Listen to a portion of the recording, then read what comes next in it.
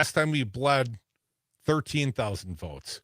This time, 120,000. Yeah, that's 10 times as much. But also, but again, as a percentage of the total turnout on the Republican side, I think that's it says a lot of things, perhaps.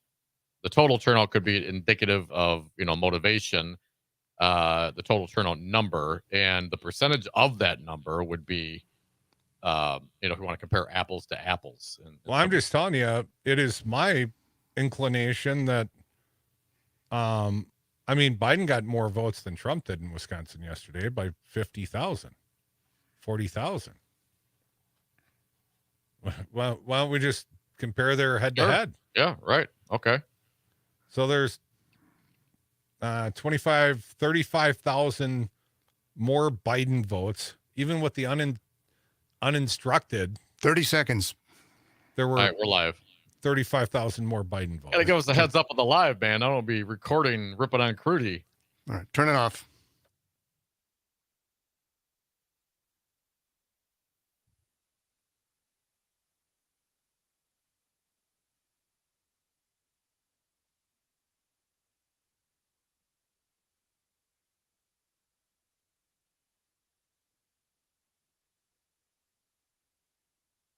The Devil's Advocates radio show is broadcast under a time brokerage agreement between Devil Radio and Civic Media, Inc.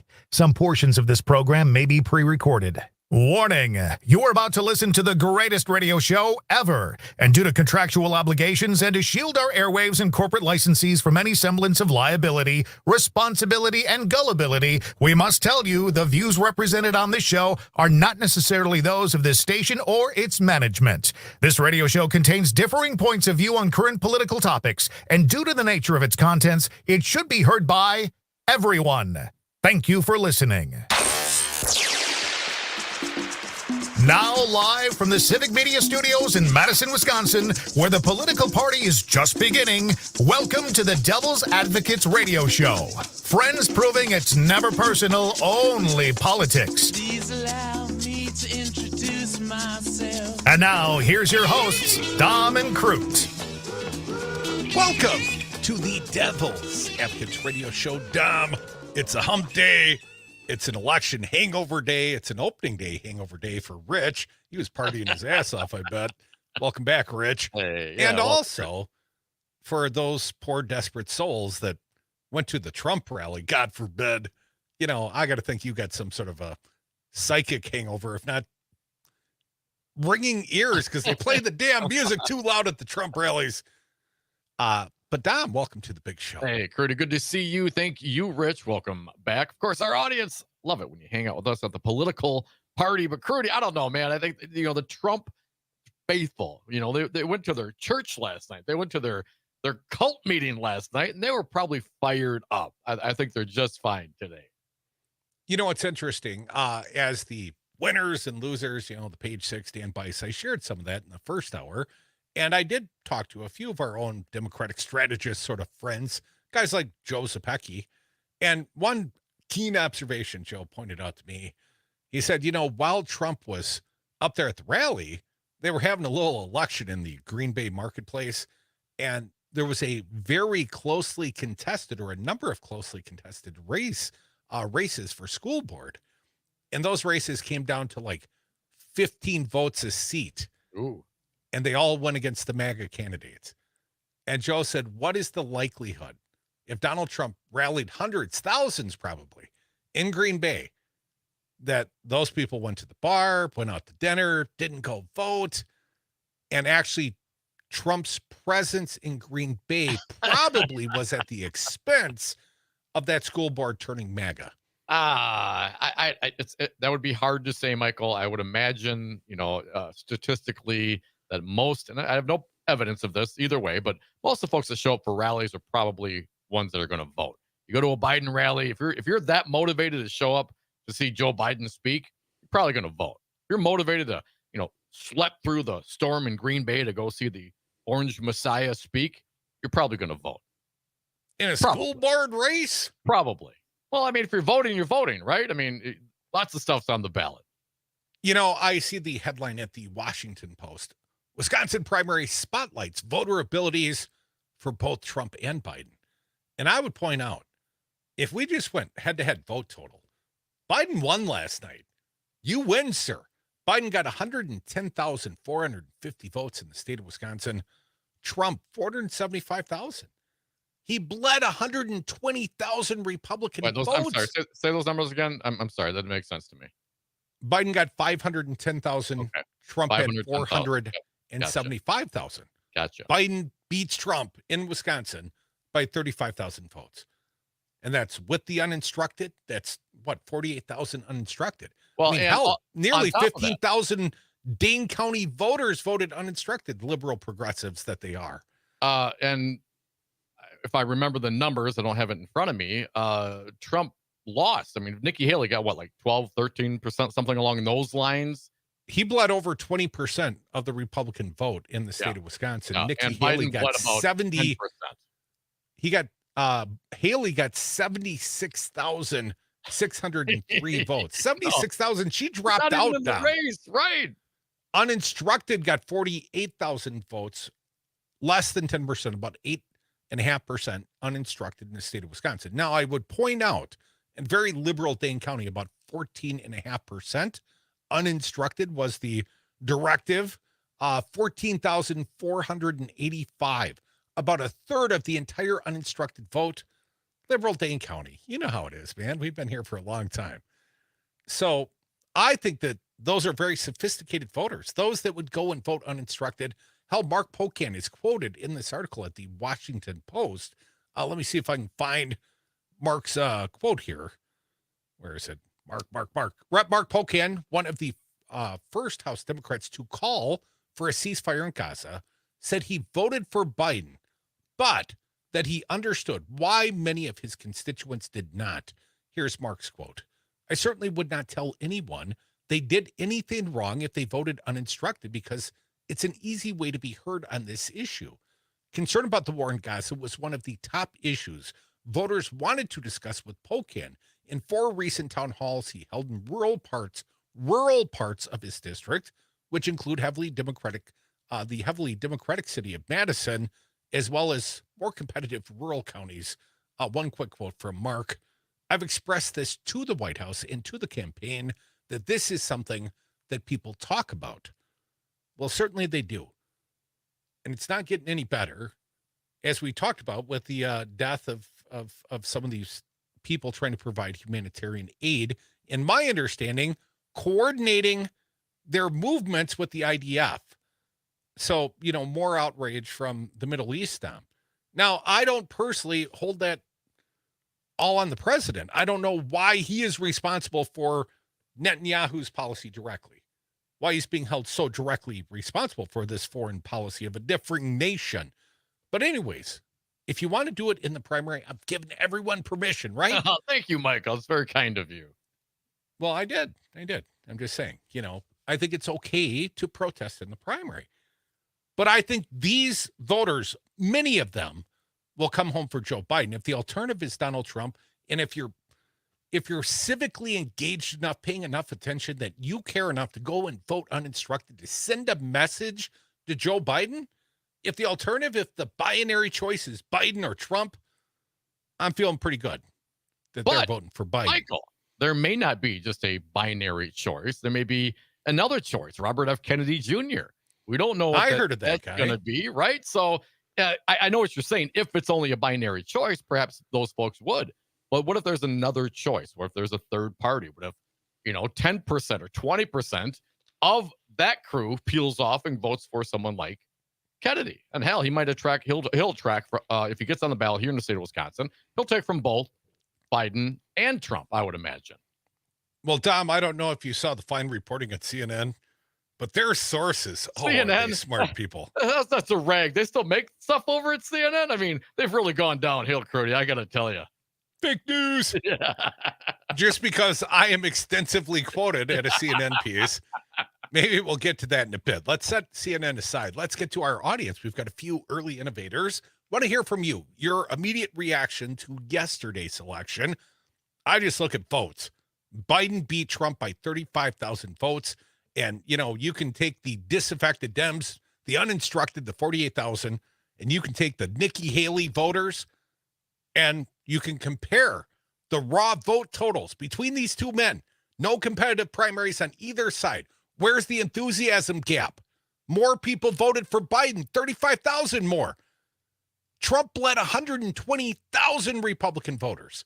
That ain't a good night. You can say Biden had a pretty good night. He beat Trump's ass.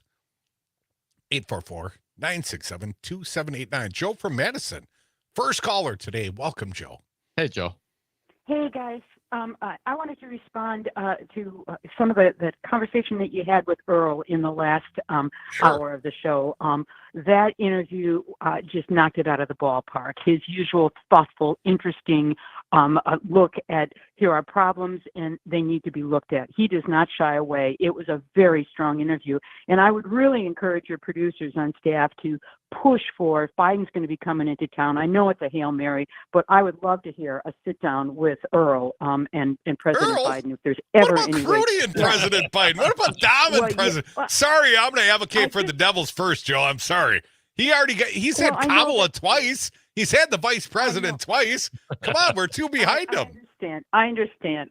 But what he had to say about Milwaukee and the importance of the school referendum that went through, and I speak as somebody who believes that education is all, and it's one of the shining stars of our state is that we had in the past just a dynamite educational system from K all the way through college, and boy, the chipping away of that has happened under the Republicans is so disheartening to me.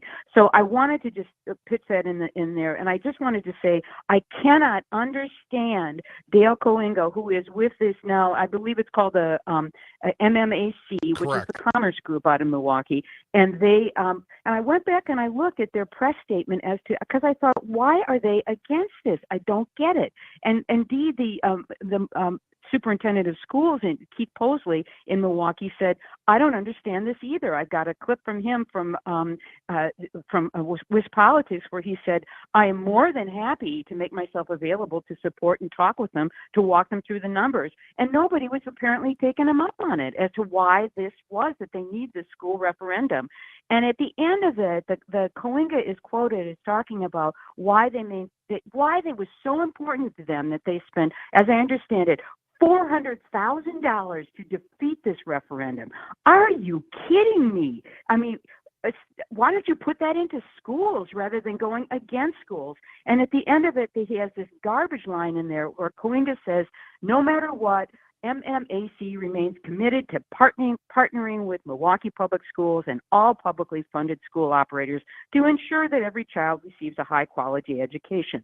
I would say, why don't you take that $400,000 and work on getting a quality education rather than working on something? I understand that there's going to be an increase in taxes. That is part of the deal if you want to support education in your community. Joe, appreciate your call. And couple of thoughts. Dr. Keith Posley, the superintendent of Milwaukee Public Schools, has been on Earl's show a number of times. We've met him back when we had the place on Brady Street. I think this is good. It gives long-term funding stability to Milwaukee Public Schools. But Dale Coenga, who we've also had on the show a number of times, Dom, I'm not clear why MMAC would take this oppositional position to properly funding the Milwaukee Public Schools. Doesn't seem like a good position. Doesn't seem like a very popular position. It's raising property taxes, man, right? Isn't that the whole thing? Tax cuts, more tax cuts. I'm not clear. I'm not clear what the business interest is in opposing Milwaukee. Lower property taxes. That's the business interest. Very short-sighted. It's all about the next quarter, the next year. It's all about the next segment. I hope you stick around for it. 844-967-2789. Your calls could be next.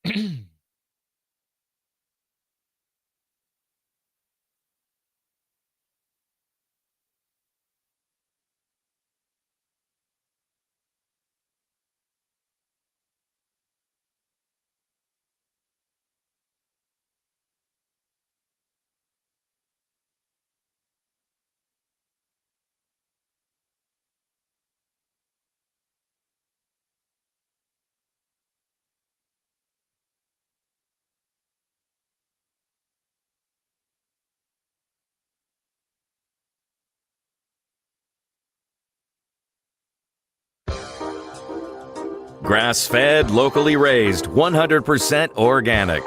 The Devil's Advocates. And we are back from the 420 break. Thank you for listening to the Devil's Advocates radio show. You can join us on the lines at 844-967-2789. Any thoughts on the results of the Wisconsin election yesterday? Want to hear your thoughts? I have some thoughts, Crute. Real quick, can I make an acknowledgement? Statistics. Sure, you may interrupt me to say something. John Pope, a friend of the show, I've been meaning to say this. Going in for heart surgery on Monday, so wishing him, warmest regards, thoughts and prayers. But, hopefully you'll be tuning into the show by the end of the happy hour that day.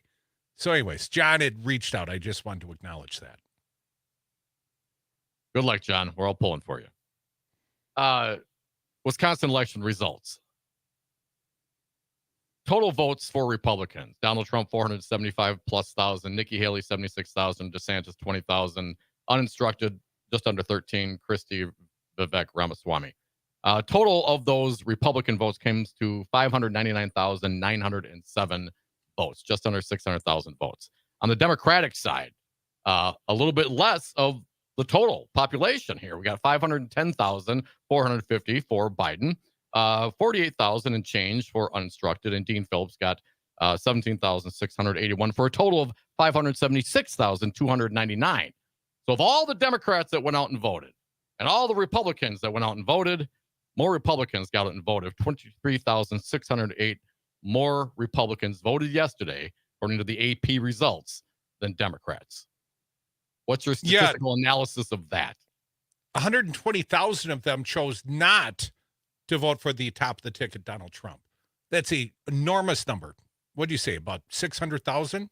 So nearly 25% of all Republican voters, more than 20%, bled off support from Donald Trump. And I, again, would compare the raw vote totals. What was the enthusiasm for Joe Biden? 510,450 votes. What was the enthusiasm for Donald Trump? 475,375 votes. Why would I have to factor in other Republicans up and down the ticket? The question is, what happens to those other voters? Number one, more Republicans voted than Democrats yesterday, period. Right? Number two, how many of those Nikki Haley? If I may, I know you like to interrupt when I'm talking. Let me say this. Of those, Nikki Haley, of those other votes, Crute, Ron DeSantis, where are they going? Chris Christie. You think they're coming to Joe Biden, or do you think they're going to stay Republican? I know you're thinking on the Democratic side, the uninstructed, well, they'll go to Biden. But there's a big question there, man. And there's a bigger variable, certainly on the Republican side, but there were also 23,000 more Republican voters to spread around. How many Democrats do you think crossed over, as I suggested I had considered doing, and voted for Nikki Haley? Of the 76,000, do you think they were all Republicans? Or do you think some were trying to show disdain for Donald Trump in their own way, shape, or form? It didn't really matter if they cast a cross ballot. And by the same logic, Dom, I'll say, what if Republicans are out there voting uninstructed for Joe Biden? I don't think that that's quite as appealing. To put a different candidate ahead of Donald Trump has more appeal. To vote for someone as opposed to voting for none of the above and crossing over to vote for none of the above, I don't think of the 1,000 uninstructed Republican voters, those are conscientious objectors. Of the 76,000 plus Nikki Haley voters, some of those are Democrats, Tom. I'm just telling you, because I almost was one of them. Okay. 844-967-2789. James from Chicago. Welcome, James. What do you got for us? Hey, James. Thanks for taking my call. I want you guys just to think about something. Donald Trump trial is going to begin on April the 15th. Yes, sir. And I'm thinking about when they pick the jury trial, everything is set to go. Now, here's what I think is going to happen. I could be wrong. Donald Trump going to say is that I can't go on with my trial because all my lawyers have left me. Public defender, sir. So what do the court do then?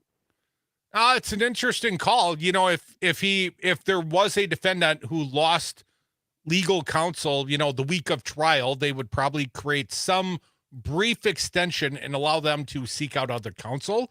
But James, I don't think that's going to get him out of the trial. You know, short of Juan Merchant somehow finding conscience because of accusations that his daughter's advocating against Trump is somehow twisting him. Unless the judge steps aside, this thing's going to trial on April 15th, sir. Okay, that was my question. So I hope that you're right. So because knowing Donald Trump, he'll throw a monkey wrench in any situation. Yes, that's a great point, James. Thank you for bringing it up. 63% of the time, we're right every time, James. It would, and I wouldn't put it past him because he's getting more desperate as time rolls on. 844-967-2789. Cassandra from Middleton, you are next. Welcome, Cassandra. What do you got for us? How you been? Hello, Cassandra, you're on the air. You're on the air. Hey, welcome. Hi. Well, thanks for taking my call. And you know what, Crute? I am going to side with Dom here because I am one of those uninstructed voters from yesterday. I could not pull the lever for Biden, and so I checked the box for write-in or uninstructed or whatever they're calling it. Yeah. And there are two reasons why I am hesitant to vote for Joe Biden. Number one is the immigration issue. I was born and raised in Chicago. I have family and friends in Chicago. And the immigration problem, and the Democrats are underestimating the migrant issue, especially in underserved communities, because those communities have been lacking resources for decades. And so I would like to see the Biden administration, control the border. I'm pro-immigration, but this open border policy, not vetting Come on, people. Cassandra. Open borders is a Republican talking point. It is. Sorry. Yes, ma'am. No, you have to go into the cities where those communities are impacted, and it is really hurting them, and the migrants are commandeering a lot of money that really need to go to American citizens. Cassandra, I have no doubt that the migrant population has reached certainly the state of Wisconsin. I know it. I was at the press conference in Whitewater, Wisconsin with Ron Johnson and Brian Stile and law enforcement. And I saw Donald Trump from the stage in Green Bay yesterday. He's calling it a bloodbath, right? And he's talking about how the law enforcement's overwhelmed in Whitewater, Wisconsin. I know specifically. I was there when this whole issue came to light. But ultimately, Cassandra, their greatest issues with these new Latino immigrants is translation issues. It's translation issues. These are resourceable problems. And I think with some cooperation, there was no vast crime. The only crime is they don't have a legal immigration status here in so many of these cases. I'm not saying there's not one-off random occurrences of violence, but think about the domestic violence we got right here in the good old United States. Senate Minority Leader, my Senator, Dianne Hasselbein, comes in studio next. Stick around. I know you will.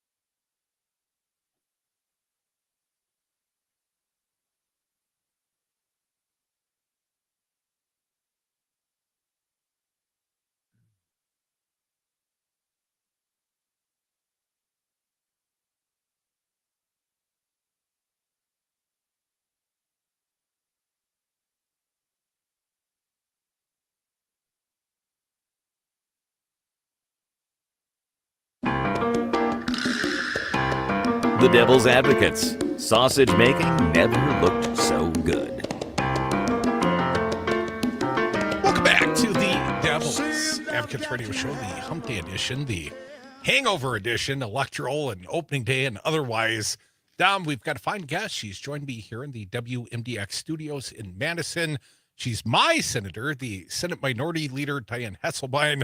Diane, welcome to the Civic Media Studios. I guess you've never been here. I've never been here. It's pretty fancy. Ooh, I like the microphone. It's an Welcome, interesting Dan. back on the. Yeah, this is great. We don't let Dom in the big studio. We've got him behind a bar in Milwaukee. He's in a bunker, I like secret bunker location. But I like Don't it. tell anybody. welcome. You said you were very excited, Diane, about the electoral outcomes in Milwaukee. You talked about Yes. Evan Goyke. He's the new city attorney, but Yes. you serve with Evan. Evan is fantastic. He's one of my really good friends. We both got elected to the state assembly together in 2012. So he and I have been friends forever, and he's just great. So I'm super excited for him and this opportunity. Milwaukee's in good hands. I was also excited about the referendum that passed in Milwaukee for those students and teachers. What a great difference that's going to make for people. What do you think about MMAC, Milwaukee Metro Milwaukee, chamber basically opposing this and putting $400,000? I saw Dale Coinga described as one of the biggest losers in Dan Bice's article today. But why would Commerce want to I have no idea. That doesn't go make any against sense to me. funding the schools? What other chamber would do that, to say don't fund the schools, especially when they know that the market's so good for housing right now, and the only reason a lot of people run and move to different areas is because of the great schools. Why would you want to hurt your public school system? I have no idea. That doesn't make any sense to me. The other election I want to say I was excited for was my other good friend, Representative Marcibel Cabrera, becoming a judge. I'm excited that both Lena Taylor and Marcibel Cabrera are judges in Milwaukee, and I think that's going to be great. I think of all the young people that are going to be able to see them in the courtroom and realize they can do this too. I just think it's wonderful for diversifying that, and I know they'll make wonderful decisions on the bench. Now we've got President Joe Biden coming to Madison. Yeah, on Monday. I'm not sure of all the details. I hope to attend.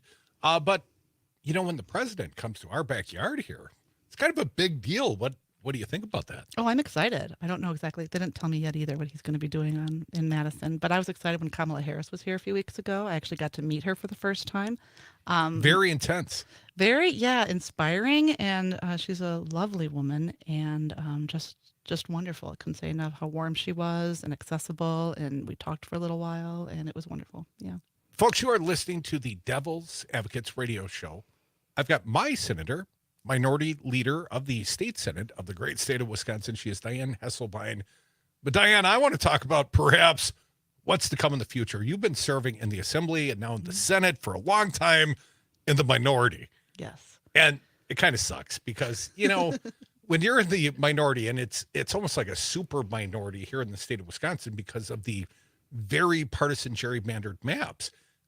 Melissa, it's hard to even get excited about propositions from the Democrats because so often they get buried in committee. They don't come out to the floor. They don't get voted on. Republicans don't want to see any successes and very little governance. So make me optimistic. Tell me how great it's going to be next year. It's going to be fantastic. I am so excited for fair maps for the state of Wisconsin. We have been waiting, as you said, for years. I was first elected to the state assembly in 2012, and we have just been under this extremely gerrymandered map for a decade. So what does this mean? We have great candidates that are going to be running Senate candidates all over the state of Wisconsin, and we really have a shot at winning these races because not only are they fantastic enthusiasm for their candidacy, but they're running against Republicans who have a terrible voting record. And that is something we're going to be hammering again. Better candidates, better ideas, they tell us, though. That's what they say. Who says? Mostly Robin Voss. Oh, well, he says a lot of things, doesn't he? Consider the source. Well, he says they've had better candidates, and I've said to him privately and on the floor, I'm like, when I was in the state assembly, I'm like, okay, let's have a fair map, and we'll see who has the better candidate. And he'd never take me up on that. Folks are listening to the Devil's Advocates Radio Show. Wisconsin State Senator, Minority Leader Diane Hesselbein joining Crute in the Civic Media Studios in Madison. Diane, pleasure to speak with you. Briefly, regarding the MPS referendum here in Milwaukee, and the chamber coming out against it. I mean, it's raising taxes like quite a bit, like $115 per 100,000. That's a big chunk of money, and that's the only reason I can think they'd be against it. But what do we do here? I mean, I just moved to the city of Milwaukee, so Good for I you. just voted to raise my taxes because apparently our state house can't get their ducks in a row. Diane, what's the permanent solution to this? We have to go back and do this again in 5 years or 10 years. No. How do you see this being resolved? Well, first of all, the state of Wisconsin used to have a history of funding our public schools. And unfortunately, we have slipped in that duty. So that's one thing we have to do. And if the Democrats were in charge, it's something we would do. I know Governor Evers proposes that in his budget every single year, and the Republicans soundly, object to that every single time. And it's unfortunate. It's a shame because we have the money to do things with our priorities like fund public education, K-12, and their colleges and universities. But the Republicans say every single time they don't want to do that. So what happens is we go to referendum, and thank you for voting to raise your taxes, right? Because our students deserve better, our kids deserve better, and but it's not sustainable going forward. So my hope is that the Democrats take charge and we can spend money in a better way. What about the shared revenue? There's not a lot of bipartisan governance that happens in this state, but Senator, shared revenue passed. And I want to get your opinion, with 2020 hindsight. I know it's not fully enacted. It hasn't solved all the problems in the world. But what about the shared revenue? That's got to be a step in the right direction. That is something, shared revenue is something we've been talking about since I first got elected, as I mentioned, in 2012. Towns, cities, villages have all talked about their roads being in disrepair. They needed more money. The state was holding on to too much. They needed more shared revenue. Definitely, I was so glad to see Republicans finally come to the table with something that I think works. However, I couldn't vote for it because of the terrible provisions that Robin Voss insisted being in there, the poison pills of really hurting diversity, equity, inclusion in the city of Milwaukee. That was just awful. It was political. It didn't need to be there. We tried to remove all of that. However, we couldn't. With that being said, there were Democrats that did vote for shared revenue, and the governor did sign it into law. So I think it ended up being a good thing for our towns and our villages, but I felt sorry for what happened for diversity, equity, inclusion, and how the Republicans keep attacking that over and over again. Folks, you're listening to the Devil's Advocates Radio Show. My senator, Diane.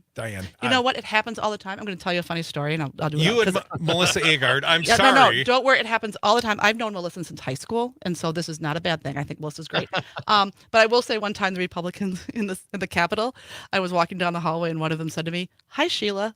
And I was like, no, wait a minute. I understand that people might think that I could be Melissa Agard, but it's a real big stretch to say that I look like Sheila Stubbs. And I like Sheila too, but I was just, I was like, oh my goodness, I can't believe it. So don't worry. I also get called Jill Billings, Katrina Shankland. It's women with brown hair. It's fine. But you're my senator, Diane. I'm sorry. Well, I think what I'm going to do is knock on his door. I'll knock on your door soon, and I'll be like, hi, it's Diane. La, la, la, la, la. Vote for me. And then you'll remember. Yes. Diane Hesselbein, the Senate Minority Leader. I'll try to do better at remember. No worries. Normally, Dom's the one with the faulty memory. Yeah. I should have made a note to myself, had my rundown in front of me. Diane, again, the part of the opposition, I suspect, and Dale Coinga also has a history of opposing the Milwaukee public schools being run by Milwaukee. Mm-hmm. And really, what I would say is school choice seemingly is the unwritten part of the opposition. Republicans in this partisan gerrymander, we've got this uncapped mandate for a secondary school system that we, the taxpayers, are currently paying for. Absolutely. And this is blowing the budget, and it gets talked about very little. And I know that the governor came from an educational side, and he doesn't want to throw all these choice kids out on the street. I'm not suggesting that. But that's still an unresolved issue because with these legislative majorities, these Republicans have certainly ratcheted up the budget for school choice, have they not? Absolutely, they have. They continue to give money to these unaccountable private schools. They're taking public money. And it's a shame because we're really robbing the kids that go to public schools. Yeah, I'm not real fond of using our tax dollars instead of going to public schools to subsidizing, indoctrinating religious education, but that's neither here nor there. The constitutional amendments, Diane Hesselbein, they passed. I voted against them. I thought it was a terrible idea. One with regarding to use of private funds to administer elections, and the other, specifically defining what an election worker may or may not be. I wanted to get your sense on this. Of course, my concern on this is that if our government decides, and if your Republicans are in charge, decide not to, properly fund elections, what do we do? Stand in line for 6 hours? I just wonder if this is how it's going to be now, then how do we mandate that the government, our government under self-governance, self-representation, actually fund elections properly? Well, that's the exact question that I have as well. I voted no as well, and I was sorry to see them pass. I do worry about elections and how they're going to be funded. And I saw over the weekend that some people were doing interviews saying, oh, yeah, we should have that conversation. Well, we've been trying to have that conversation. The Democrats have been trying to force that conversation for years. And unfortunately, the Republicans haven't been listening and haven't wanted to have that conversation. So we're going to continue to talk about it and how we can continue to make sure that our elections are fair, safe, and secure. Senator, do you find it ironic at all that groups like, Will and the McIver Institute funded the opposition, or basically funded the referendum, funded the support for the referendum that would block outside monies coming into elections? Yes. I mean, I just saw a little irony there. There is. Diane. Absolutely. Diane, don't call her Melissa Hesselbein. She is my senator, and I'll get her name right forevermore. I apologize. No. Don't worry about it. We are looking forward. Again, I'm looking forward. I want to be optimistic. This battle, what is the role of the minority leader to help lead the charge, to help recruit candidates? Because every assembly race matters now, or at least most of them. Will still have a few gerrymandered, cracked impact districts, and half the Senate races. I mean, I don't know if it's feasible to win the Senate majority for the Democrats, but it's got to be something closer to a coin toss so we can actually perhaps go forward with governance in the next budget cycle. Things like that. I'd like to see that happen. I don't like to see the dominating numbers on the Joint Finance Committee. They don't reflect Wisconsin values. They don't even reflect Republican values.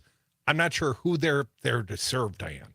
I agree. So I think it's important for people to know, for you to know, and for your listeners to know that the biggest job in the minority is to get out of it and to get to the majority. And that's what we're going to be doing, right? And so, like I said, we have people running all over the state. They're excited. They're enthusiastic. We have Jamie Wall in Green Bay. First week, he raised $100,000 after he announced. People are super excited. He actually ran in 2012 against Reed Ribble for Congress, lost, but did really well liked. He grew up in Green Bay, went outside of the state, I think, to get his education, came back because he loves the area. So that's one of those people that he's lived there for years. Will that be running for the current Andre Jacques seat? Because Jacques is going to run for the Congress. Yes, it'd be for the 30th. So I'm not sure which number that is. But yeah, Andre's running for Congress along with a whole bunch of other people. They moved the numerical map on us, did they not? They sure did. And I've been in it for a long time. And I looked at the different maps and I felt like I had an idea about what one map was. And then now this map. So I have to switch my entire thinking of all the maps. Now, you were one of the plaintiffs in this lawsuit that helped force this change. And Diane, you were willing to be a sacrificial lamb. You just won election 2 years ago. You could have been theoretically back on the ballot this November. I wish I was. I love running. And that way I'd be knocking on your door and you'd remember my name. No, seriously. I love running. I love presenting to the people like why they should vote for me, why I think my idea is resonant, listening to what people want. I love elections. And so it was my hope that every state senator would be up this year. And we could truly have fair maps for the state of Wisconsin for every single corner. And the districts locally. Has your district changed at all? Actually, it has, yeah. So I'll no longer be having, I used to have everything from New Glarus to Baraboo and everything in between. I lose those areas, which I'm sad about, but I gain a lot of Madison. So the current 3 state representatives in my district are Mike Baer, Alex Jors, and Dave Considine. I lose that Considine area, and I get Lisa Subeck, so I'll have more Madison. It'll be more compact. Did I hear Dave Considine is going to retire after this? He is. Representative Considine's retiring. And he's just a great guy. He's represented that area so well. He's so fun. Well, we've had him on the show a few times as well. I guess your assembly colleagues will be recruiting over there. Maybe Greta's job. Exactly. Yeah. Come back with us. She's my senator, Diane Hesselbein from Middleton. Now I'm going to look at my notes. Don't worry about it. At least I haven't butchered your name. Well, I guess I did. No, Come back. More Devil's Advocates will have some fun with the Senate Minority Leader, but not the Minority Leader for long, we hope, Diane Hesselbein.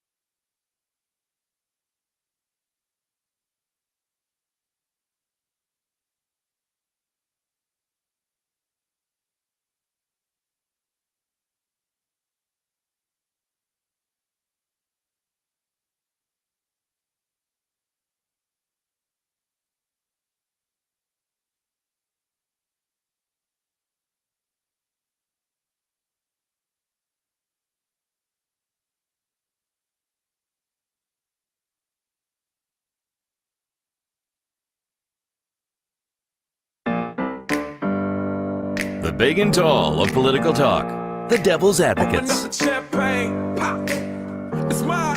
you for listening to the Devil Advocate Radio Show. Wisconsin State Senator Diane Hesselbein, the state minority leader, joining us on the radio. Thank you, Diane. Thanks for sticking around for another segment. We had an election yesterday. I want to get your sense. How are you feeling about it? The turnout was something that we were talking about earlier today. Seemingly, I mean, more folks than I thought would actually come out. What does this say, do you think, about the motivation? And number two, state of Florida, Supreme Court just allowed a 6-week abortion ban to stand. Obviously, state of Wisconsin, we don't have it quite like that. But how big of an issue will abortion be in your mind on this election cycle? I think it's going to be one of the biggest pressing issues we're going to be having, to be honest. I think women are angry. I think people are frustrated. They don't want politicians making personal decisions, and I don't think we should be either. I think those decisions are between a person and their doctor, certainly not me or Robin Voss or Devin LeMahieu or any of the Republicans in the state legislature. We have no business doing any of that. So I think women are angry. I think they're frustrated, and I think they're going to be voting for choice. Now, Florida has a referendum. Not only did the Florida Supreme Court say you can install what DeSantis signed, but they also said we're going to go forward and let the voters of Florida decide. And I've heard that action may specifically bring more resources to Florida because suddenly the Democrats think Florida might be in play if the issue of abortion is literally on the ballot. Now, I've heard everyone from Ron Johnson to senatorial candidate Republican Eric Hudvey say, well, we should have an abortion referendum. Of course, they'd like to frame how that's going to be on the ballot. But could you see an abortion referendum in the state of Wisconsin? Is this a choice question? I don't think I think Republicans would be afraid to have that on the referendum for the state of Wisconsin. I don't think they're going to do it. So it sounds good in theory, but the actual practice thereof. So if I just don't see that they're not going to put it on, there's no way. Now, Protasewicz obviously won double-digit victory, and perhaps unexpectedly. That was a smaller, that wasn't a presidential, that was a spring election. But what does it forecast? Tell me it's something good. That people are going to come out? Yes. I mean, when you look at how voting trends are going, especially around those suburbs in Milwaukee, they're trending our way. It's the women, it's the people there. They don't want the Republicans telling what to do with their bodies, and they are voting that way. So give us something to vote for. What would be the Democratic agenda when we retake the electoral majority in the legislature, hopefully sooner than later? Give us something to live for. So there's a lot of things that, we want to do. And some of them, speak to different people, right? So yes, I will say choice. Reproductive choice is going to be huge. I would say childcare.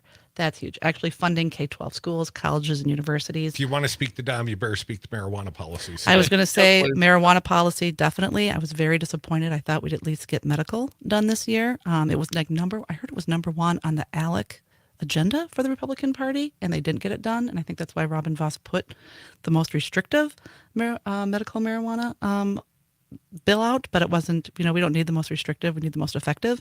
So that would definitely be on that. Medicaid expansion, letting people have health care all over the state is extremely important. PFAS, my gosh, we have these forever chemicals. The governor had a great bill. We've been fighting for this to try to get these forever chemicals out of our waterways and also ways so they don't get in there in the first place. So there's a lot of exciting things that we can be doing. If you look at Michigan, look at all the stuff that they've been doing, I get jealous. And those are the policies and what we'd be putting forth. It's crazy when you have a legislative majority, what you can get done. Governance, I think it's called. It's amazing. I can't wait. I know I was on a panel with Robin Voss a few weeks ago, and he said, sometimes people find it easy to vote no. I'm like, oh, give me a chance. Give me a chance to govern, and I got it. I know what I want to get done. We've got a long list. On those issues, Diane, the messaging around them, you look specifically on the weed, and I'm down for the freedom to consume whatever, but there's a literal a tax consequence to it. I mean, I would estimate at least $250 million annually that we are missing out on because people just run over to Minnesota or Illinois or to Michigan to get their legal cannabis, legal, regulated. Absolutely. And it's safe. And it's safe. I mean, and people want to know what they got. I mean, I don't want bathtub gin. There's a reason why alcohol is regulated the way it is. And then we should do the same thing with the other intoxicants that people choose to engage in. Is it is it worth getting in the weeds on those kinds of things? I mean, you know what I mean? How do you Pun intended? convince people? No, actually not, but I'll take it. How do you convince people that this is something that should happen, if nothing else, on a budgetary standpoint, and of course on the justice standpoint too? I mean, if you can stop people from getting pulled over for it smell like weed in the car, you get rid of some of the racist policing that can happen. How do you sell that once you get the majority? I think the people in the state of Wisconsin are ready. I don't think you even have to sell it as much. I think people are absolutely ready. I think people know that's really only an issue for the Republicans in the state. Sort of like Medicaid expansion. We just look at them and go, why aren't we getting these things done? There's no Would you reason. look to? Well, I mean, Speaker Voss proposed an asinine medicinal marijuana policy, set up 6 dispensaries state-run around the state. Do you look at Colorado? Do you look at Michigan and Illinois and see what they've done and try to duplicate that? Or is this something that we're going to try to do organically here in the state of Wisconsin? I think Senator Melissa Agard has a great bill on that. I think she's been looking at those situations and those different bills for years and seeing what they've learned, the way that it's gone in Colorado, things that they wish they've done. And she's talked to the authors of those bills to make sure that what we do in Wisconsin is Wisconsin, but also learning from other people's mistakes. Well, I share my friend Dominic's affinity for the legalized cannabis. The most indefensible thing is the failure to expand the Medicaid. I mean, you talk about it's ridiculous. Budgetary items. Right. Yeah. This is ridiculous. No one can call themselves a fiscal conservative and fail to expand Medicaid. 36 states have done so. We're the only basically should be a blue state, but we act like a red state. What would this do for our budget? Monetarily? Gosh. We would save money in the DHS. We would have billions of dollars. It would just be amazing to have that much money in our coffers and be able to spend it on things that we want to spend. Diane, the closure, and I know I'm going left to right here, but the closure of 2-year campuses, I don't see this as a good thing. No. I feel like we've under-resourced these 2-year campuses. It cannot be good when students of Wisconsin lose opportunities. I got a senior going off to college this fall. It won't be to a two-year school because they don't barely exist anymore. Any final thoughts on that, Diane? Well, we need to be funding higher education because students should be able to pick what they want to do, not have it picked for them based on where they live and what they can afford. Is there still time to preserve any of those campuses with a legislative majority? Absolutely, yes. I think we can. I'm optimistic. I honestly think that if the Democrats were in charge, we can do a lot of things because we would be funding them appropriately and not giving money to the extreme wealthy. Diane Hesselbein, welcome to our house. Welcome to the Civic Media Studios. We'll have you back someday real soon. Thank you so much. Senate Minority Leader, my senator, Diane Hesselbein. Thanks a lot for coming around. Thanks for the opportunity. Thank you. Folks, a happier happy hour. Your phone calls, they could be next. 844-967-2789.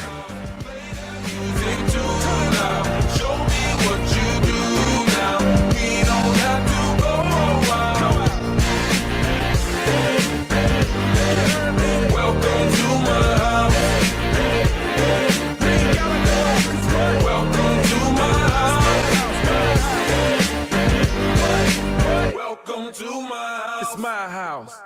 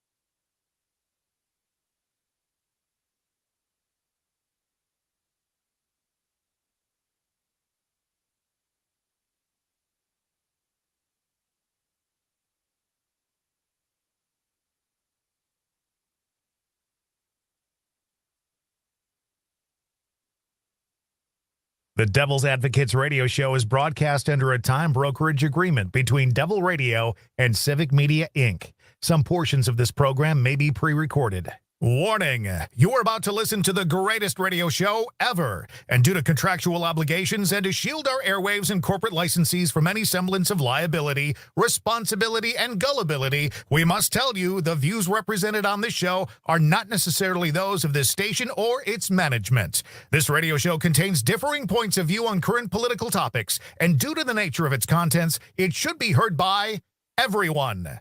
Thank you for listening. Now live from the Civic Media Studios in Madison, Wisconsin, where the political party is just beginning, welcome to the Devil's Advocates radio show. Friends proving it's never personal, only politics. Please allow me to introduce myself. And now, here's your hosts, Dom and Crute. Welcome back to the Devil's Advocates radio show, the Wednesday happy hour. It's election day hangover, opening day hangover, Trump and Green Bay hangover edition. Right. And hump day. And hump day. You know, it's always a big hill to climb, making it through the week, Dom. You know, but now you're on the downside. The last hour of the day, and your calls are welcome here. Oh, you coast starting on Mondays. 844-967-2789. Wanted to thank my senator, Diane, don't call her Melissa Hesselbein. You know, Melissa Agard was the newly elected Senate minority leader in the great state of Wisconsin. We've known Melissa for years and years and years. And she briefly served in the minority leader capacity, Melissa Agard. And Diane has recently taken this role as Melissa has stepped aside to run for Dane County Executive. And I expect all of you good people to vote for Melissa Agard, those of you in Dane County at least, in the fall. She can be our next county executive. And she will bring out the marijuana policy, Dom. There will be another one. She'll hand off that, puff and pass it on to the next one, I suspect. But I apologize profusely to Diane. And, we told a couple of stories out in the lobby, mostly about you. And anyways, hopefully she'll come around again. No telling now, though. 844-967-2789. Dom, let's go to the phones. I've got some other thoughts, but I want to hear thoughts. your You thoughts. have thoughts, but, we love the audience. Our audience has thoughts. 844-967-2789. Who's first, Rudy? Let's go with Mike from Menominee Falls. I love your name. Welcome to the show, Mike. What do you got for us? Hey, Mike. Hey, guys. Thanks for taking my call. As you know, we don't agree on politics, and that's okay, but I love having discussions with you about issues. I am not a Wisconsin resident. I am located here due to the military. I am a Florida resident. But when I see these referendums, I'm a native Wisconsinite. Let me preface that. And I think education is very, very important. But when I see these referendums, and I understand the education system here because I grew up here, there is a 0% chance that I would put my children in Milwaukee public schools or live in Milwaukee County and pay those ridiculous property taxes because I can just move further north and further away from all that nonsense. Pay less in property taxes, have a better home in a less crime-ridden area, and have my children go to better schools. So I don't know why anybody in Milwaukee County would vote yes to raising their property taxes because there are a lot of people in Milwaukee County as well. Mike, some people own homes and they rent. Mike, some people want to stick around and make it better. I mean, do you understand investing in your community? That is a differing attitude. I hear you very clearly, sir, saying I would never go there, but you're not apparently from there.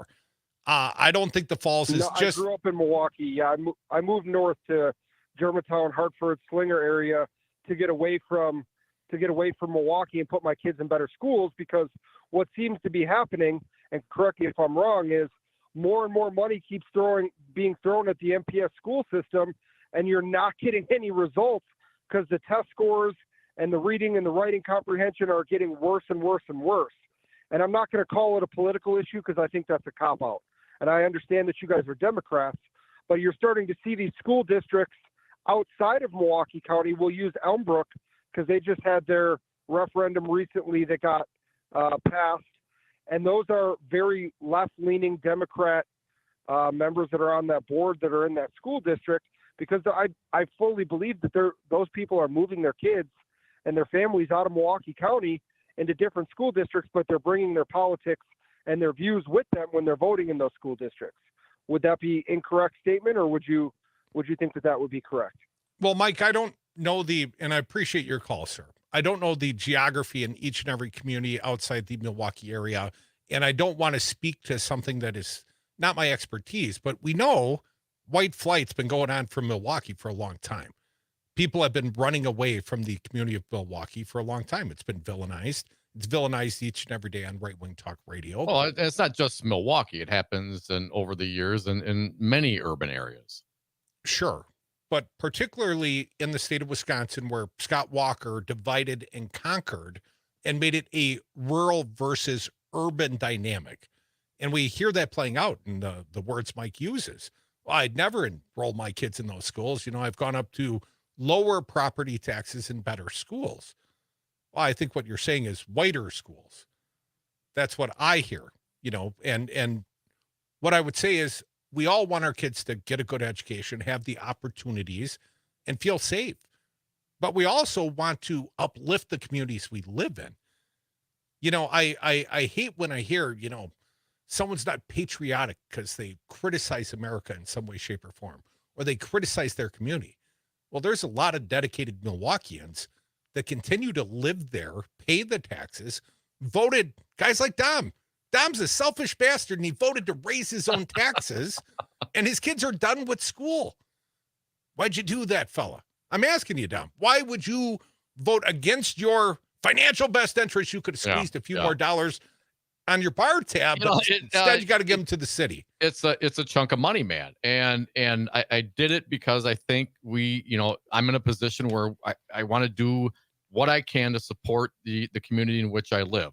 To put it all on the property owners in Milwaukee, given the state funding formulas and how it all works. It's just been so devastating to the public schools to have this. Come on, man. We can't talk about the public schools if we don't address the very specific issues with the vouchers and the charter schools.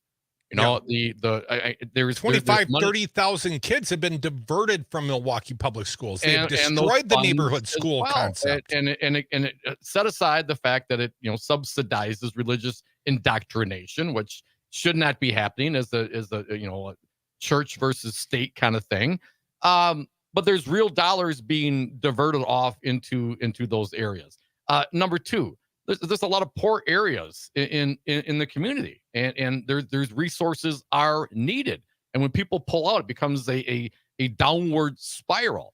So, I mean, if this is the solution for now to get us through the hump, I'm down with it. I want to invest in the community as I can to do what little part I can. But this is bigger than just the city of Milwaukee, the county of Milwaukee. This is a state issue.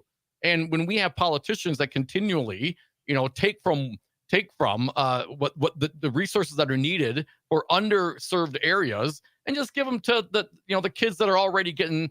I was one of them, man. My parents sent me to Appleton Xavier High School, a private Catholic high school.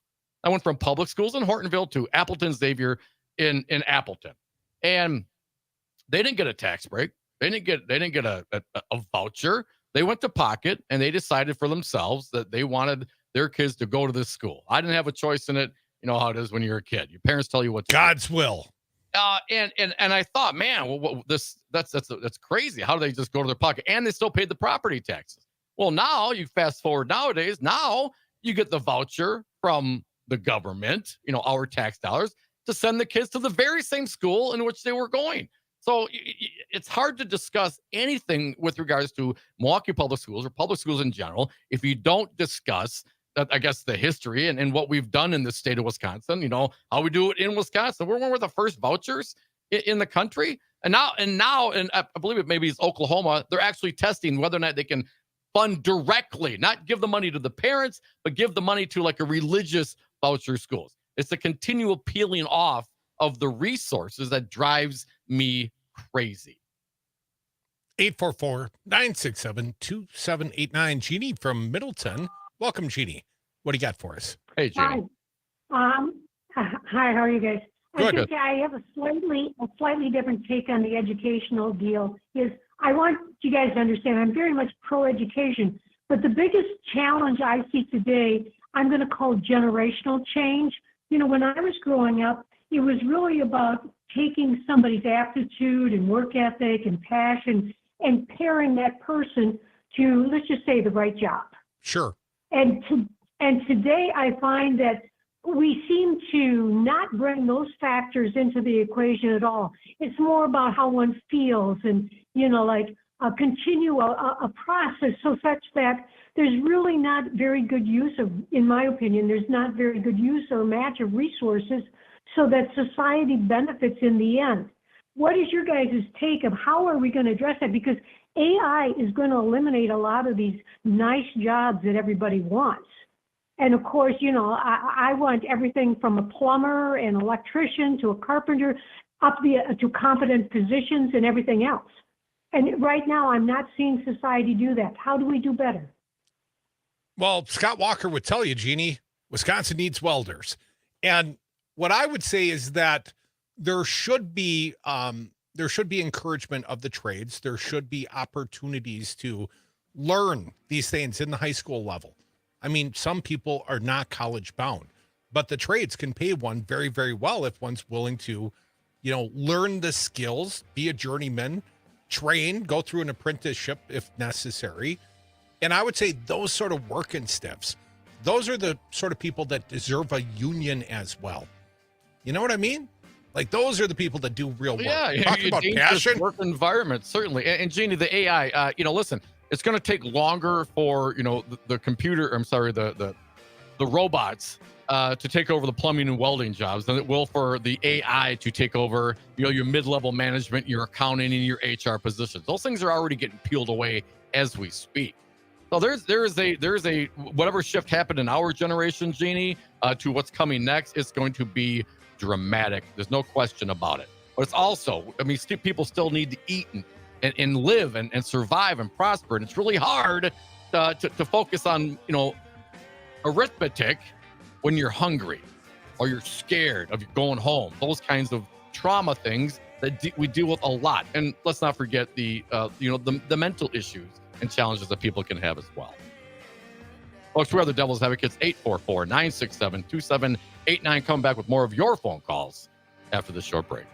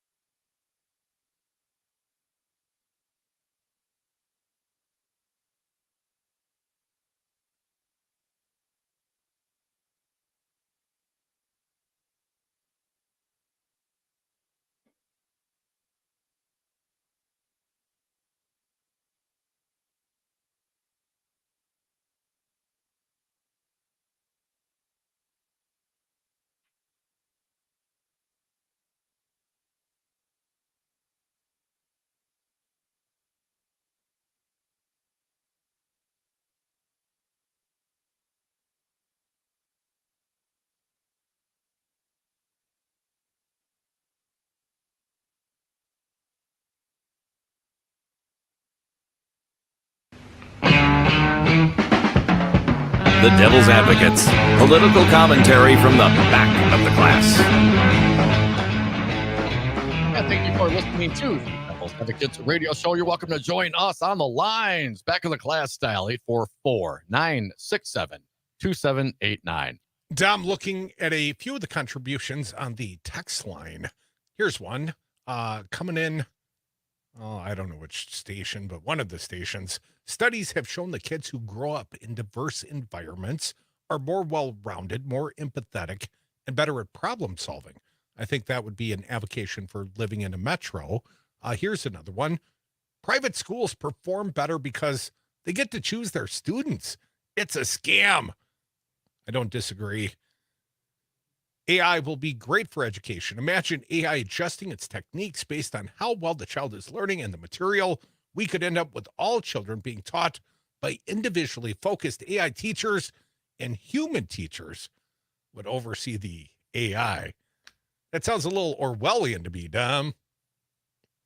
I don't want to learn from a chatbot. Does it matter? I mean, what are you learning right now? You do a Google search, man. It's not like you're going to the library and digging up your own, searching. I go to the microfiche sometimes. No, you don't. Real quick here, too. Again, be patient. 844-967-2789. Ruth Kana from the Wisconsin Examiner put out October of 23. Test scores for quote-unquote recovering Wisconsin public schools far outpace voucher schools. The assumption that just because it's a voucher school or some reason, automatically kids are going to test out better is not necessarily the case. It's just not. And if you think because all of a sudden you're in a smaller district outside of Milwaukee that you're automatically going to have great test scores, well, then you're assuming some things that perhaps are not accurate. 844-967-2789. Chris, you live outstate, man. Chris from Rice Lake. Welcome back. What do you got for us? Hey, Chris. Hi. Good afternoon, gentlemen. I called in before you guys started talking about this, so I just want to make a quick comment and a question for you guys. Sure. So on this referendum up here, do you guys think that maybe the Democrats kind of gave up on it a little bit because there was no like ads being run up here. There was no newspaper ads explaining maybe what the referendum was. There was no letters to like the editors of newspapers. I mean, the majority of the people up here didn't really even, I believe, they didn't really even know what the referendum was all about. And there was no real help or explanation from the Democrats to make sure that everybody got it before they knew what to vote on or how to vote on it. It's surprising, Chris, because there was a lot of fear mongering going on right-wing talk radio. And these constitutional referendums are really about satisfying the big lie. Those that think the last election was rigged because of sucker bucks or drop boxes or whatever it is their twisted logic tells them. So, Chris, I don't know if losing these referendums, I mean, I don't know if I was Ben Wickler in the Democratic Party chair. He came on our show. He encouraged people to vote no, but I don't think I want the Democratic Party diverting resources to fight these referendum questions. I'd rather see them allocate people to help build the bench, build the assembly candidacies, recruit candidates, train staffers. That's what's really important, Chris, because then we can actually go and solve some problems around here. Yeah, that's true. But you know what? The electorate is funny. I mean, it's one wave. It's one wave one year, and it's another wave another year. But I just don't. I think that the timing of it was sneaky. I think that this whole issue of changing the Constitution to appease Donald Trump. I think it could have been presented by the Democrats a little bit better. And I don't think like letters to editors, in a Rice Lake newspaper or a Eau Claire newspaper or Wausau newspaper, that doesn't cost much. You know what I mean? It's not a big resource, I don't think. Chris, appreciate your thought. I'm not clear why the Democrats didn't feel like it was a more important battle to fight. I'm not clear that I would have allocated more resources, maybe time, maybe a few more interviews, a few more appearances on the Devil's Advocates. That's always going to get you a bump, right, Dom? Oh, yeah. 844-967-2789. Mark from Sussex, another conservative friend. How you doing, Mark? Hey, Mark. Good. For taking my call. Appreciate it. So by passing this referendum for $250 million on top of everything that they've received during COVID when nobody was in school, is this going to make all those parents of Milwaukee public school parents, is this going to make them smarter? Or is this just throwing bad money on top of more bad money, on top of more bad money, on top of more bad money? Well, Mark, let me ask you something. If Milwaukee is the financial engine of the state, although that's not the way we treat it, we actually drain the resources from the city of Milwaukee. For every dollar they send to Madison, they get 67 cents back. Mark, if all we did was make a fair allocation of resources to Milwaukee predicated on taxes collected from Milwaukee, they'd be getting a hell of a lot more and they wouldn't have to do these referendums. We are squeezing the life out of Milwaukee, sir, relative to the money they provide to the state. It's mischaracterized, Mark. I understand that.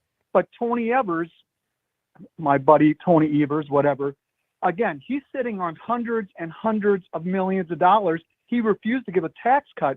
So what's he doing with that money? Why doesn't he allocate that towards some of these other cities?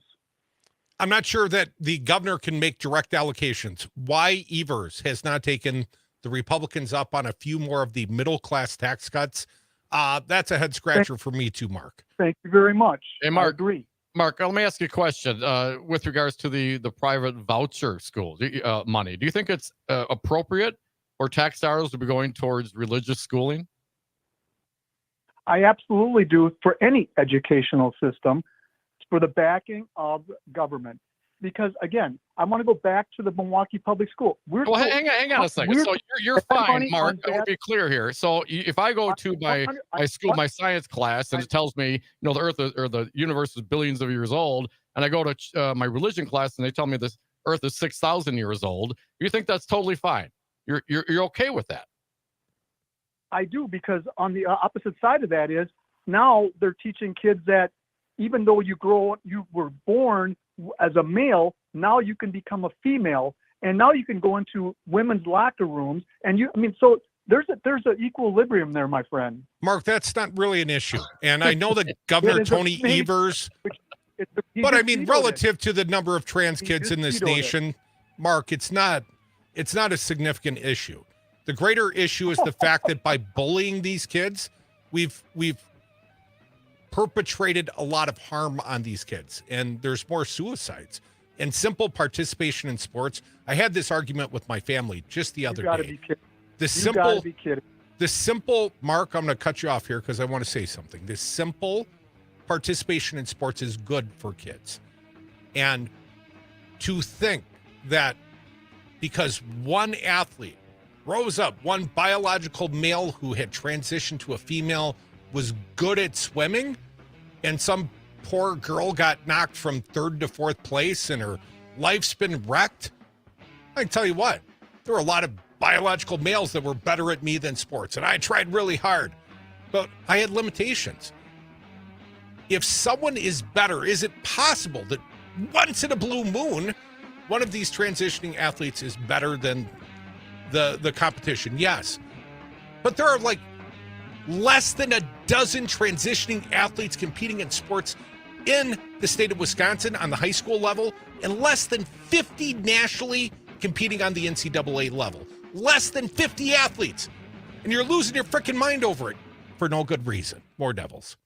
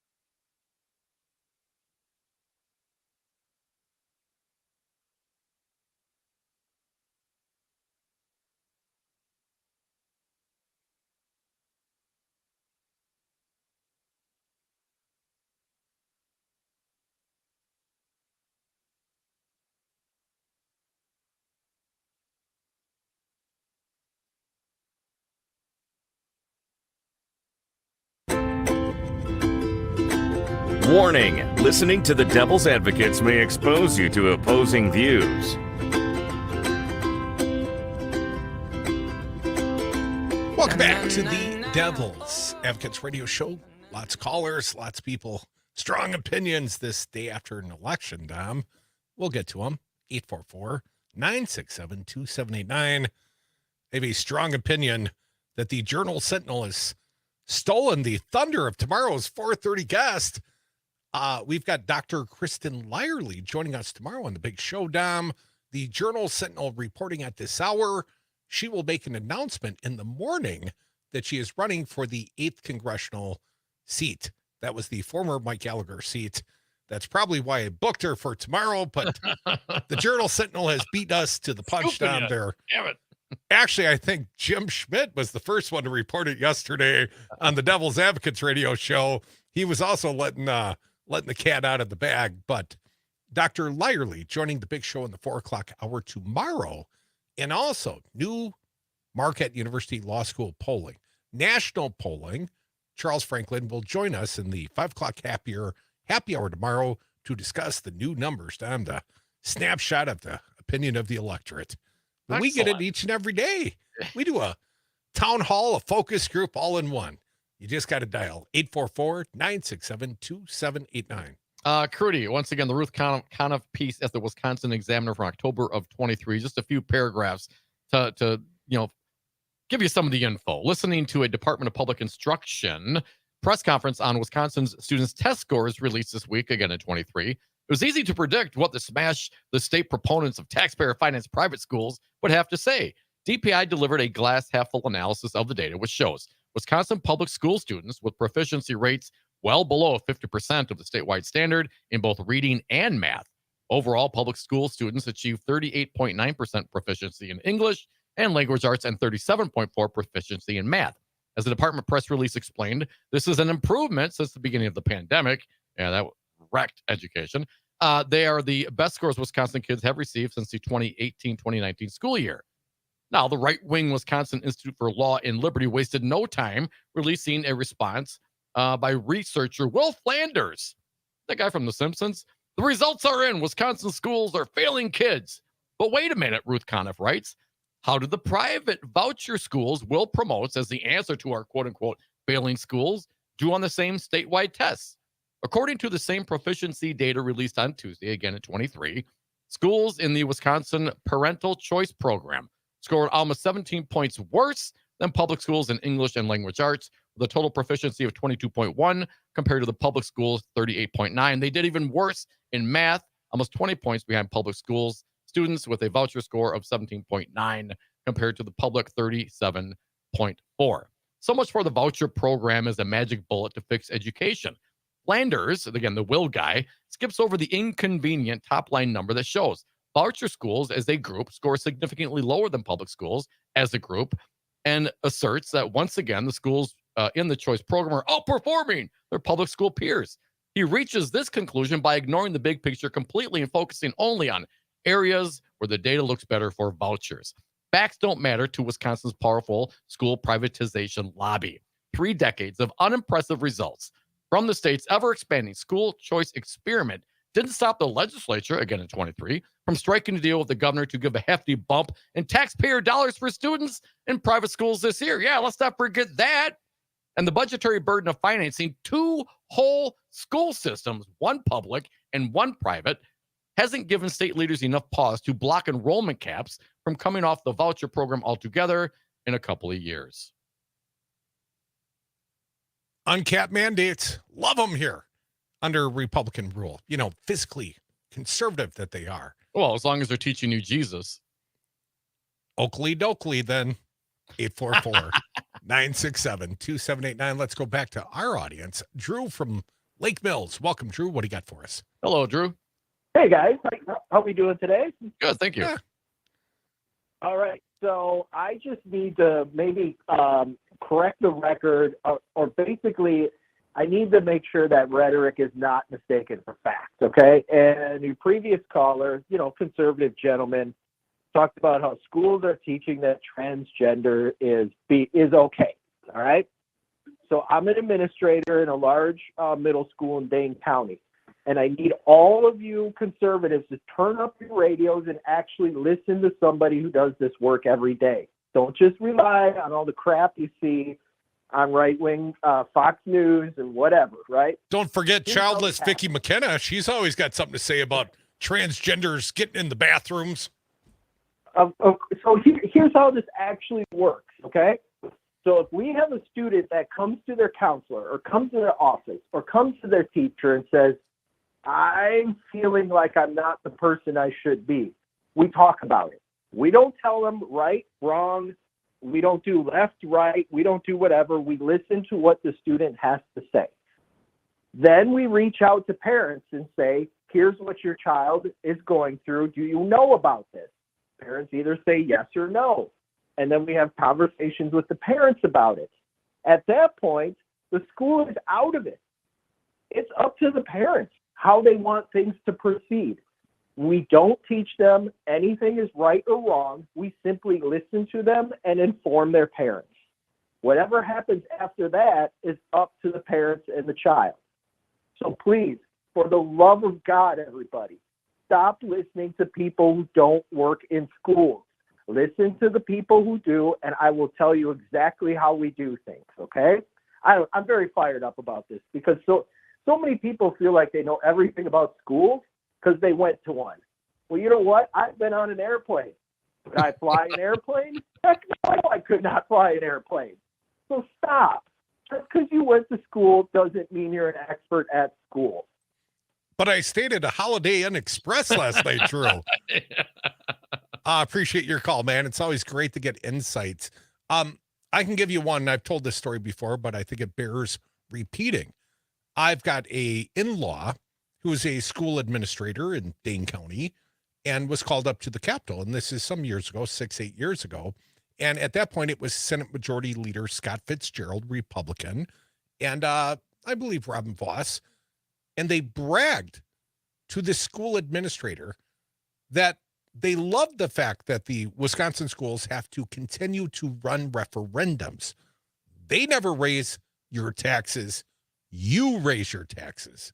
So by failing to properly fund the school districts, they force these hard decisions on the individual communities.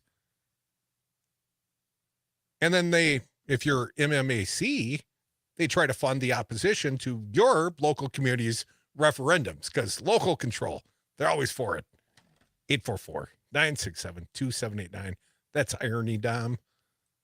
Lavelle calling in from Cobb. Welcome, Lavelle. What do you got for us? I appreciate y'all taking my call. I got the problem with what the governor done did when he let the transsexuals compete against the sport. What I'm saying is, why don't they have a class, a whole a section for just they can compete against themselves? Lavelle, here's the problem. You're talking about a statistically insignificant number of athletes. I am all for participation in sports. I regret that my son went to such a large high school that it's very competitive. You know, There's cut downs and differing stuff. I went to a small school and I participated. And why wouldn't we want these other kids to have the right to participate in sports? So very few of us go on and play college sports or go to the NFL or the NBA or the WNBA. This is really about camaraderie and learning teamwork and working hard towards something.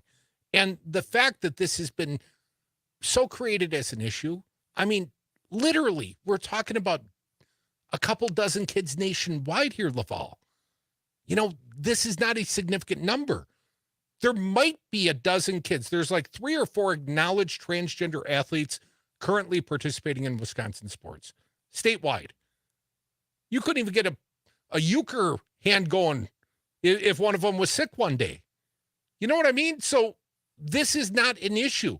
When you've got 4 people in a population of 5.8 million, this should not be an issue. Oh, but it is an issue because they're making it an issue. It's got to be an issue. Number one, God. And number two, I mean, you have a man dressed as a woman and a woman dressed as a man. This is craziness. I mean, this is how they see it. This is how they react to it. And it's another way to, fire up the base and divide people. You're absolutely right, Crute. It is a statistically insignificant number of people, but they're a huge minority and they're very abused. I mean, obviously, look at the kind of conversations we are having in this regard. So few people, but boy, everyone's got an opinion on it, don't they? 844-967-2789. Our friend, L.A. Tom, who owns the Gay and Lesbian Yellow Pages in L.A. We've been in that fine listing for years. I think Tom still got us in there.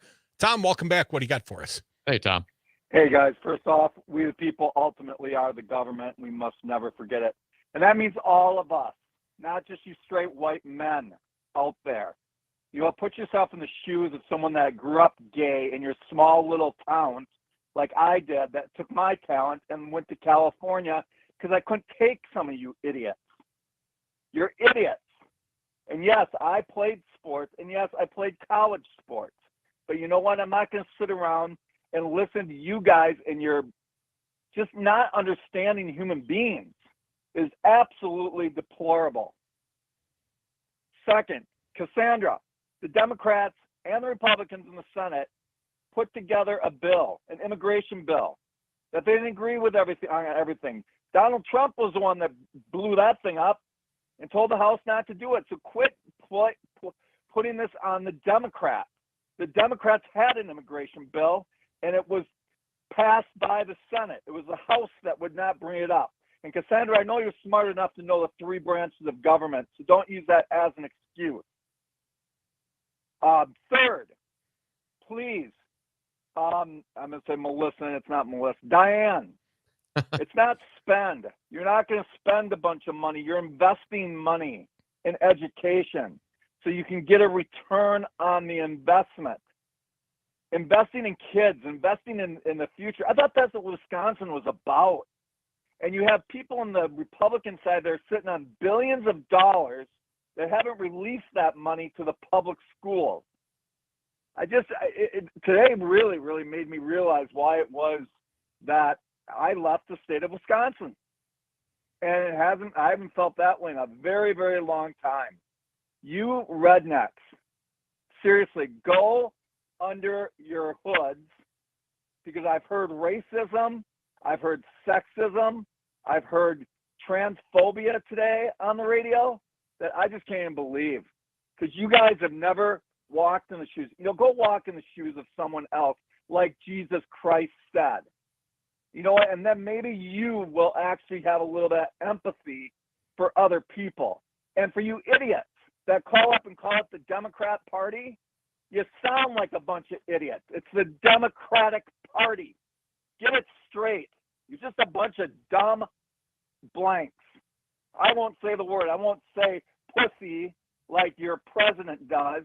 The guy that every time he opens his lips, he's lying about something. Grow up. You all need to grow up. Tom, you might have said that. You might have let it slip. Just say it.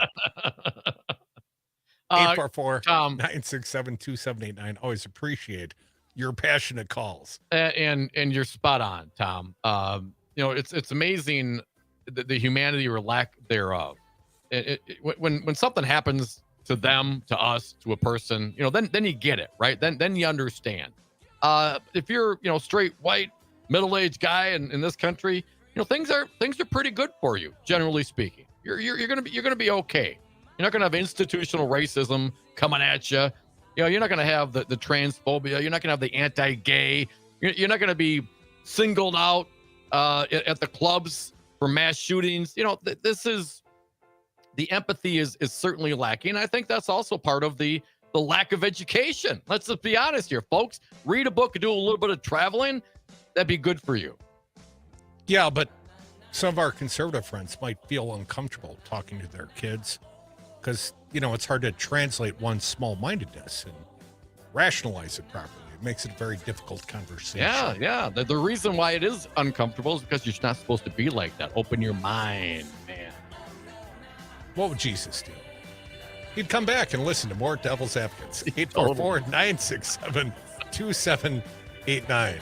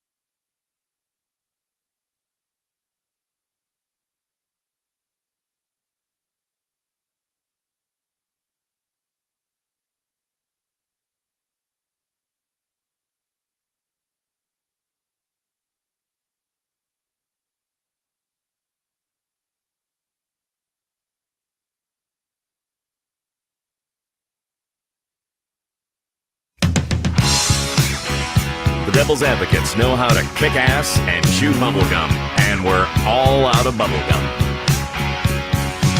Yes, thank you for listening to the Devil's Advocates radio show, our last segment of the day. If you got something to say, hit us up on the lines right now, 844-967-2789. And stick around, our pals from Busted Pencils coming up next. They have a few educated opinions about education. Yes, they do. Mark from the SAC, welcome back. What do you got for us, Mark? Hey, Mark. Yeah, thanks for taking my call. Yeah, Diane Hasselbein's my senator as well, and I really appreciate, I call frequently to tell her office to appreciate how much she does for our district and for our state. And for the referendums, it's sad that they passed, but now we have to hold the Republicans to account until hopefully the Democrats take over in November, that they have to actually have to adequately fund our elections, because I think that's failure to fund our elections, I think, is a violation of our Constitution. That I think it's an abridgment of our right to vote, and that failure to fund them is simply that. And for these fools that are calling up and complaining about transgender people, as has been pointed out, the percentage of those people is so tiny. The overall impact should not be overblown the way they do it. And people need to be treated with compassion and respect, and recognizing the fact that each one of us is unique. I mean that. And it is just sad that people are getting bent out of shape over that, where it just is something that simply shouldn't. I don't know. It just is hard to wrap my mind around the hatred of those folks, and that try reading a little bit of science fiction and read about the planets people have posited where people are both sexes rolled up into one, like the Ursula K. Le Guin's brilliant piece of work, The Left Hand of Darkness. Sounds like homework there, Mark. I don't think they're going to do it. Thanks for the call, man. But you're right. I mean, yes. I mean, open your mind, man. Get out of the Tri-County area. For real. 844-967-2789. Wisco Paul. What do you got for us, Wisco? Hey, Paulie. Hey, good afternoon, Devils. A very informative show today. Well, heck, it was just last week, I think, a conservative guy called in and was talking about Viagra and stuff. So, man, that was man. Gary from Sussex. Said his memory's improved since He's been taking the Viagra. I just think maybe he's not quite as backed up as he used to be. Hey, I got to get that one out of my mind. Yeah, Today, no, the Milwaukee- thanks, Crute, man. Today, I voted no on the referendums, both of them. But if I read the article right in the Milwaukee Journal, winners and losers, what the gentleman in there, I think it was Bryce, I'm not sure, you have to fact check me on this. He was saying it's almost going to take, or not almost, but it's going to take a lawyer to figure out how we change the Constitution with them two referendums. Well, the constitutional language of these referendums are so overly broad. What Bice implies is somebody's going to get paid sussing this out in a court of law, because these are not well executed pieces of legislation. This was a subsection 7.3 should be amended to, it wasn't written for transparency or for actual effectiveness. It was written to turn out the conservative voters. Yeah, that's why I voted no on both of them. But that's really sad when you're changing a constitution and you really don't know what you're changing it to, and people still vote for it. That was just my thought of the day. Thanks for your show, you boys. Thank you for listening to it. Thank Paul, you, Paul. you're always a good contributor. I think it's a precursor for what is to come. This is part of the new Republican long game. I think they will continue to use constitutional amendments because it's an ends to a means, right? I mean, they started, if I recall, by sticking it to then Justice Shirley Abrahamson. She was the chief of the Supreme Court, and the Republicans took that position away from her through constitutional referendum. And I know you and I didn't see eye to eye on that. They, reset what it was that made you the chief.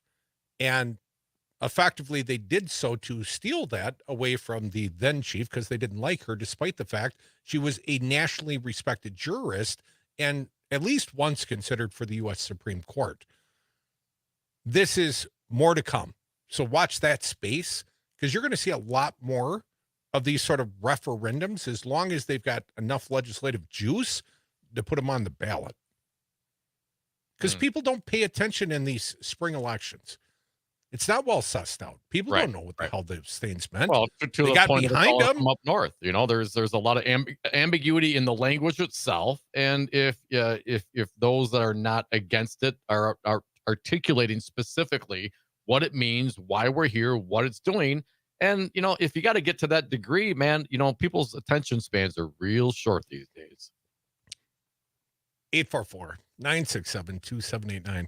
I've known you since college. You always had a brief attention span, let's just say. CJ, against my better judgment, CJ, I'm going to give you the last word of the day, man. What was your reaction to the election in Wisconsin yesterday? Amen. So, I listen to you guys, and I don't know what sport you want biological men. It's okay to play. You promote it. Keep driving this stuff home, okay? And the numbers of our public schools, keep touting that, because it should be a parent's choice to send their kids to school that's trying to educate them. But it should be the taxpayer's choice whether or not we fund two educational systems, because the Constitution calls for one, CJ. But now all of a sudden we've got this unfunded mandate. They should be able to take that money and put it in a school where the teachers are teaching them reading, writing, and arithmetic. I had a kid show up on the job that couldn't read a tape measure at 18 years old. That's a beautiful thing. Well, you know what? I can't read a tape measure at 52 years old. I didn't take a whole lot of shop classes at my private Xavier High School. We didn't have shop classes. And let's just be very clear about this. This is a subsidization of religion that's going on here. Let's just be frank. A little bit from Gallup here. In the 4 years before the pandemic, an average of 34% of U.S. adults say they attended a church, synagogue, mosque, or temple in the past 7 days. That's down to like 30%. That was last year. They need the Attendance is dues down. man. If you lose 10% of your revenue, well, you got to tap that vein. Go to the public. Go to the trough. Go to the tax dollars to support your subsidization that the earth is 6,000 years old. Tell me more about what you're teaching, CJ. You know, nothing but facts. There's Jewish space lasers out there, and you should be afraid of them. Thank you all for listening. Thank you, Senator Diane Hesselbein, my senator, and also Earl Ingram from the Earl Ingram Show. Don't forget, he plays out across Civic Media, 8 to 10 a.m. Start with WAUK. And Busted Pencils, educated educators talking education, not out of their butt like some of our callers earlier today. Thank you, Rich.